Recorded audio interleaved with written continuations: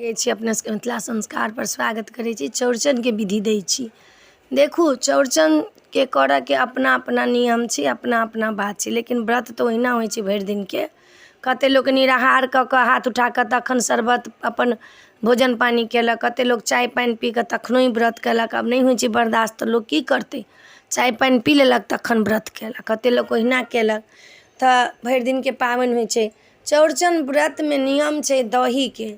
दही अहाँके जाटा घर में लोक ये बेटा ये तैटा लोक मटकुरी में दही पौरै छै, तैटा लोक डाली करै छै। डाली में अहाँके पूरी पड़ै छै, खजरी पड़ै छै, पिरिकिया पड़ै छै, मालपुआ पड़ै छै, मीठी पूरी पड़ै छै, सोहारी पड़ै छै।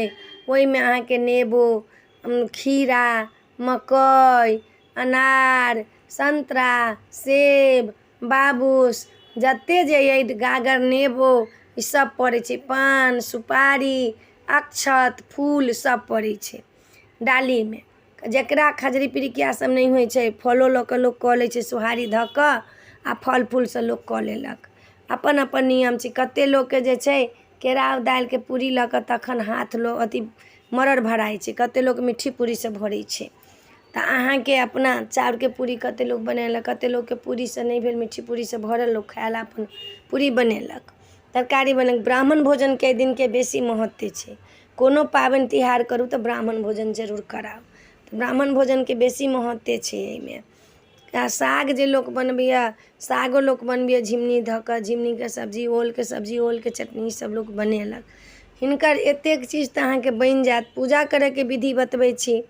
ठाँव कऽ कऽ सबसे पहिले चंद्रमा के अहाँ जे छै से अहिपन देबनि, चंद्रमा के अहिपन चंद्रमा बना कऽ हुनका तखन कलश के अहिपन दूटा पड़तै। दूटा कलश रहै छै, एकटा नहीं, दूटा कलश धराइ छै जोड़ा।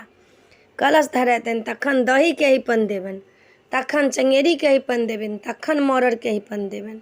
सबसे पहिले चंद्रमा के पूजा हैत, तखन कलश गणेश के पूजा हैत, तखन अहाँ हाथ मरड़ भरब। मरड़ भरला के बाद में पहिले दही के हाथ उठायब, तखन डाली के हाथ उठायब, तखन मरड़ जे रहत भरने तकरा उसरगब।